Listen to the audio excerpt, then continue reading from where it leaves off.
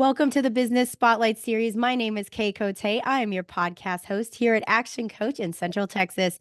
Today we have on the show Ashley Raymond, the co-founder of Safely. We're going to be talking to Ashley about her business, the journey to business ownership, challenges, best practices, and share a peek of what it's really like to build and operate a business. If this is your first time on our channel, be sure to like and subscribe to get notifications when we drop new conversations like this one. Hi, Ashley. Welcome to the show. Thank you for being here today. Please give us a little brief of who you are and a little bit about the business. Yeah, thank you so much for having me. Like you mentioned, my name is Ashley. I am one of the 4 co-founders of Safely. We're a female-founded safety company for the modern girl on the go, and we're really doing everything we can to work towards creating a safer tomorrow through resources and products and how to use events.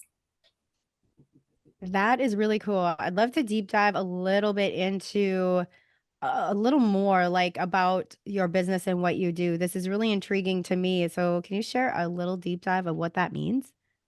Yeah, for sure. So I met my co-founders and undergraduate at the University of Texas at Austin. We really bonded over not feeling safe on or off campus.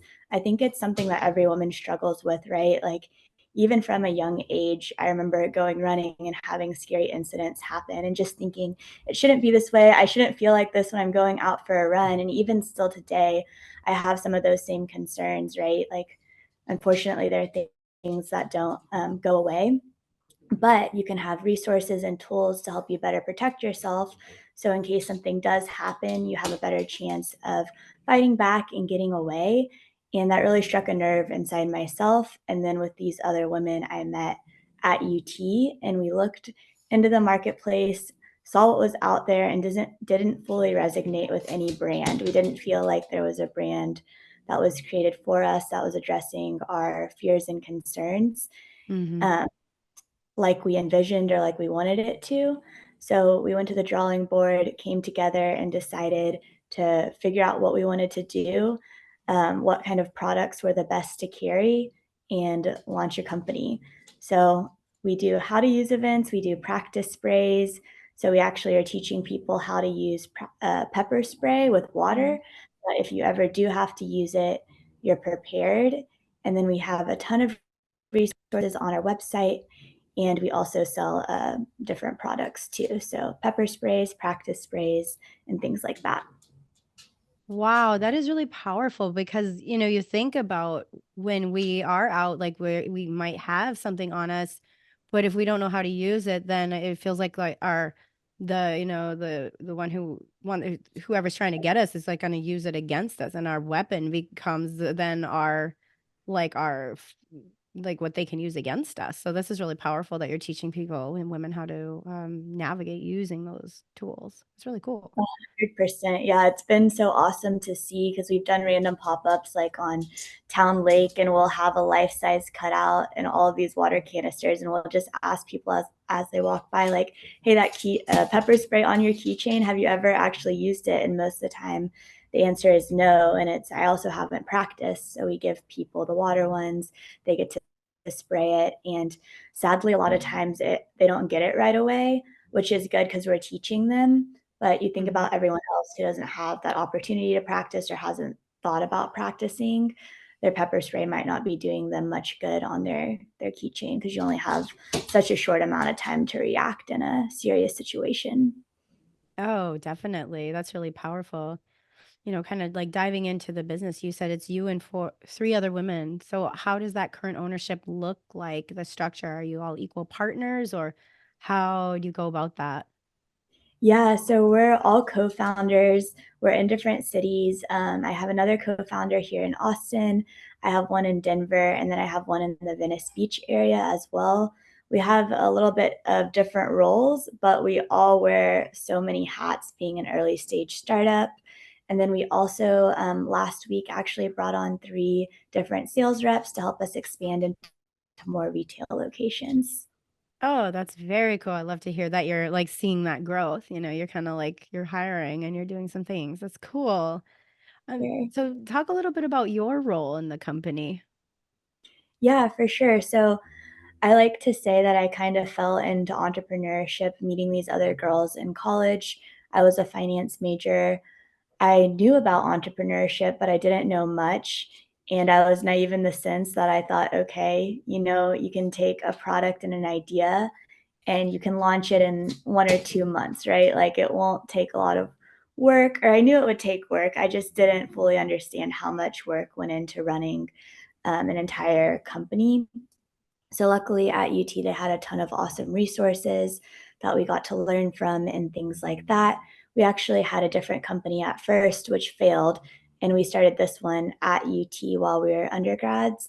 But it taught us so much that we've brought into this company and have been able to learn from and have really used all of those lessons as opportunities to move forward and to look at, okay, what did we do wrong? What can we do right this time? And go from there. So part of my role is product development, really like getting out there in the community, connecting with other people, with our customers to see how they're liking the product, what we can do better. And then two, just working a ton with the team to divide up tasks and figure out the direction we're going in and what the future of safely looks like for our company. That's really powerful. And thank you for sharing too about, that part about the business is sometimes the first draft isn't the final draft. That's so true in entrepreneurship that it's all about kind of like failing forward, like learning and every step of the way. So I think that's really cool that you guys were able to kind of pivot where you needed to and refine the business idea. 100%. Yeah, I think you kinda have to go through that, and it's not fun at all, like, when you're going through it. It's like when you're going through a breakup and you're like, "How am I gonna get to the other side of this? Everything sucks." And then you get to the other side and you're like, "Okay, it wasn't that bad." And you can look back and think of all the positive things, so, yeah. Very cool. All the learning. Yes, all the learning. So I'd love to learn too about, different competitors in the market. Like you mentioned, there's not anything that you could find when you were, going through experiencing being scared and like trying to find something. What would you say like the competitors are like now in the market? Are there competitors that are comparing with you at this time? Yeah, and 100%, and I think I probably said that a little bit incorrectly because there are a ton of self-defense options out there, but Hmm. there wasn't like a brand or co-founders that we saw that we were resonating with, or we wanted something that wasn't, in pushing like fear mongering per se, but instead was a voice of, okay, learning these tools or having these products can help you out. Because everyone knows the concern for safety and not feeling safe, but we didn't want to push, all of those statistics or things like that. So some of the competitors now, the bigger pepper spray brand names you might have heard of, or Sabre, Mace, and even doing some of our research, most people didn't know like 3 different pepper spray brands off the top of their mind because you get your pepper spray and that's that. You hope you never have to use it. But we really wanted to be on the other side of things where it's more resource based. It's more how do you actually use this so that you have that pepper spray, but you're empowered and you can confidently be able to protect yourself with it as well. Oh, yeah. I totally had no idea that there was different brands. Like I'm learning as we go already. So, that's really cool. So you're really providing like a nurturing educational experience. And that's kind of what's setting you apart, it sounds like. Yeah, for sure. That's what we've heard back from a lot of our community, that they just really like all of the resources and the different events we've done. And then, too, knowing that the pepper spray has all the things you'd ever want in it, that it's lab tested and whatnot, or things you might not even realize when you go to choose your pepper spray the Mhm. first time around. So. Oh, that's very true. That kind of like leads me into another question. What is one thing you wish more people knew about your business? Yeah, I wish more people kind of knew or just realized about self-defense in general. It's sometimes a scary thing to think about, and a lot of times I think the thought process stops there where you just hope nothing's ever gonna happen, to me, and again, hopefully nothing ever does happen to anybody else ever again. But when you kind of face the facts and you think, "Okay, that might not be realistic. If it happened to someone else, it could very well happen to me. And you come to terms with that, and then you figure out the action steps, you really do become empowered, and it becomes less of a scary thing to think about because you have those tools, you have those resources in mind. So I just really wish that people out there got past the point of being too scared to think about it and took some of those action steps. And then, two, I think the biggest thing as a community that we can do is just if you see something, saying something, it goes so far. A few weeks ago in Austin, there was an attack on Town Lake, and a guy had a machete, and the victim survived, which is incredible. But there were reports that people had seen this man with the machete prior to the attack happening, and I don't think there were any calls to 911 or things like that. So there could be more proactive things, like if you're seeing something and it's suspicious, it might not be anything best case, but you can always make a quick phone call to 911 to have someone go check it out to prevent, a worst case scenario. Oh, yeah, that's a great reminder, just to, like, even just, like, thinking about, like, if I'm walking or driving or something just to make that call. There's been times I've even seen something, I'm like, "Oh, I should," like, it's in my subconscious. I'm like, "Oh, I maybe should send that in," but then it doesn't register enough, but now it's like after you said that, I'm gonna be, like, a little more thoughtful and mindful when if I see something, so that's Well, really good, and powerful. yeah, because it's so easy to see something and be like, "That was really weird, I'm gonna tell my friends," but then you're Mhm. like, "Okay, wait, I should have done more, like, I could have maybe prevented something from happening," so, yeah. Yeah, yeah, that's powerful. Well, it sounds like your message too is extremely powerful, and I love what how you're talking about it. I'd love to dive into how you're sharing about it within your business.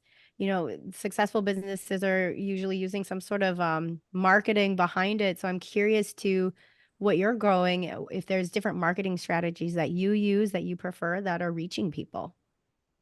Yeah, mainly we, communicate through Instagram, so we have some different influencers that we've really connected with, some that also have their own self-defense companies going on and things like that.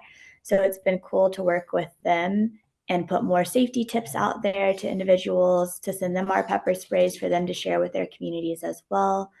And then as well, just doing like podcasts like this, um, and the how to use events are a lot of fun as far as some guerrilla marketing that you might not normally hear of.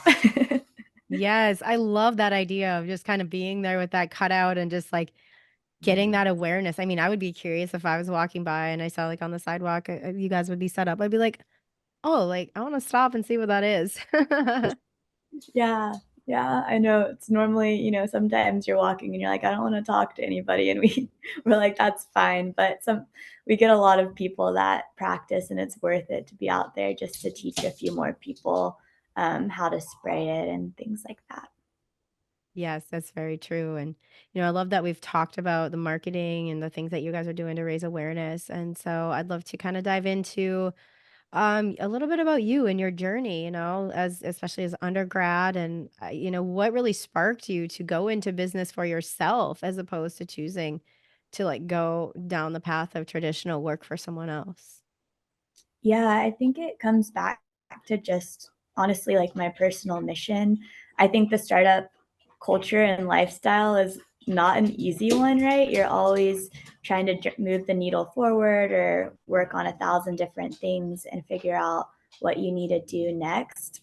So I can understand it's not something that everybody wants to do, but having different experiences that I related to, not feeling safe, and then meeting these girls, it almost felt like it was all meant to be that we have this purpose and we want to achieve it, and we do really want to create a safer tomorrow, and knowing that we're helping others just means a lot. And I have worked in corporate America, so I tried that out. I wanted to see what it was like, and I just couldn't get the idea of doing, a startup full time out of my mind, and really not splitting both, because I was doing corporate America and safely at the same time in the beginning, and it was doable. But since I left, I've really seen so much more come out of it, just because you're putting all of your energy into one thing, and I feel more aligned as a person as well. Oh, that is so powerful. That alignment is very, very that feeling is so real, and it's like, when you get into that flow, you're like, Yeah. "This is what I'm meant to do." For sure. One of my co-founders, the one that lives in Austin, she pretty much comes over every day. And last night it was like 6:45, and we're like, how is it already 6:45? How have we been working this long? Because it doesn't feel like work because you're just trying to do things like you're trying to build your vision out, and it's a lot of fun. And especially I think it's a bonus that it's helping a ton of people. And if it wasn't, I don't know if I would be doing it, to be honest. But yeah. That's powerful too. Yes, it's like you're doing something bigger than yourself, and it's that feeling is so cool, and it's so motivating. I know what you mean, like, the hours just fly by. Yeah, for sure. 100%. Well, I'd love to dive into, talking about this journey so far. What is a roadblock or a hurdle that you were challenged with that you were forced to overcome? And then how did that impact you and the growth as a business owner? Yeah, there's definitely been many challenges, having a startup and just learning so many different things, right? It's like when you start a new job, you might have your college experience, but a company wants you to do things a certain way. You're like, I don't know how to do any of this, and you learn as you go. So I think having that mindset for some of the challenges we've faced has been really helpful. For a pepper spray company, you can't run ads traditionally, so we can't do meta ads. So you can't run ads on Instagram, Facebook. Also, can't sell on TikTok Shop, which would be great funnels, as far as teaching people about how to use the product and then having them directly be able to access purchasing the product as well. So that's definitely been one of the larger challenges, but we've done some other things, that we can market, like having the safety resource guide or things like that, which don't work as well as being just straight up able to market your product, obviously, but we figured out different ways we can get around it. So that's been a big challenge. And then I'd also just say, too, there's always so many things we want to be doing, but we can't do everything. And so going back to what our mission is about and where our focus needs to be has been really important and a good thing to realize as a business owner, that there are only so many of us on the team right now. And in the future, yes, we want to do all the things, but right now we have to start with something achievable. Oh, for sure. That leads me perfectly into the next question about goal setting and, looking at sometimes it's easy to say yes, like you want to do it all. And what is your approach? Like, how do you do your goal setting and how many goals do you like to have at once? One, multiple, and then how do you document those? Yeah, that's a great question. So every month we have like we have a list of goals in our team meeting doc. So our co-founders, we meet every week and we'll go up to that list and see, highest priority items and different, sales goals, different like KPIs as far as social media goes and things like that. And then it's an interesting and relevant question, especially right now, since we just brought on 3 sales reps. We weren't sure, what's a good quota, because we've never had sales reps before. We've never even had anybody on our team solely focused on retail sales. We're in like 26 or 27 retailers currently, but it's been like, oh, a random email here or there, they might be a good fit. So coming up with a quota for our sales reps was a fun process because we got to bring them in and kind of explain, hey, transparently, we don't know what a great quota is. We want to hear what you all think would be good. And we had independent meetings with each one. And then, based on all of the information they were thinking, we came up with a quota. So, we're going to start with that for this month and then tailor it based on the future months. Because, again, we need that data and, um, information to be able to set a realistic goal as well. Oh, that's an incredible approach, like, especially, like, bringing them in and being like, "Yeah, we're being transparent here," and, like, getting their expertise, and then, yes, sometimes it takes just, like, that trial month or that trial something to get some data and be like, "Okay, now we have something to work off of." That's really cool. For sure. Yeah. Hopefully, I mean, I don't know if that's the best approach, but that's what we're trying out for this month for them. We'll That's see. awesome. I dig that so much. We've covered some incredible ground. I love everything that we've talked about. One more question, and then I'd love to get into kind of this rapid fire round, which is just a few questions that answer top of mind, and then we can kind of dive into those. But my question before that is, where do you see the company going in 3 to 5 years? Yeah, I hope that Safely is the company that, parents turn to, people our age turn to, just looking for, okay, I want to know a safety trip when I travel to X, Y, and Z location. I want to know what to do if a stranger knocks on my door. Just anything and everything you can imagine, having those resources available, and then to still having the top of the line products that you can trust so that if you do need to use something, we have it available. We will be launching a new patent pending product in the next few months. So that will be really exciting too. So there's definitely going to be a new product introduction within our Safely product offering. So I hope to grow it. And then I hope to bring on a ton of other people that are passionate about the mission that can help us achieve this really large goal of creating a safer tomorrow. Oh, that's incredible. Those are great goals. Thank you for sharing that. So you ready for some rapid fire questions? Sure. Okay. So what is the key to success for you? Having an optimistic mindset. Hmm. What is one piece of advice that you have for other business owners? If you're scared of a large goal, try to break it down into a bunch of smaller goals and start there. Hmm. Powerful. What is one book or piece of content, could be anything, a podcast that you're taking in right now or have taken in recently? How I built this, I always go back to that podcast. It's one of my favorites too. It's such a basic one, but it's so good. I love it. It gets me excited that like I can do this if they know you say Yeah, that. You're like, people are that's not really what happened. really how it worked. And our last rapid fire, if you had to choose only one area of your business to immediately improve tomorrow, what would it be? It would be just the community in itself, just growing the community That's also powerful. I community is everything, really. for sure. Well, thank you so much, Ashley. Those are some great rapid fire questions. Before we get into the final question for today, how can we start building that community? Share about your company. What are your Instagram handles? Anything you want to share for how people can contact you? Yeah, everything is Safely Self Defense. So on Instagram and TikTok and Facebook. And then our website is livesafely.co. Awesome. Thank you. Our final question for today. What is most inspiring for you today? Most inspiring for me is to look at other founders that have already built their companies and then go back to where they started and see that it is really possible to achieve great things and just to be so inspired by other people. That's a great answer. Well, I really appreciate this.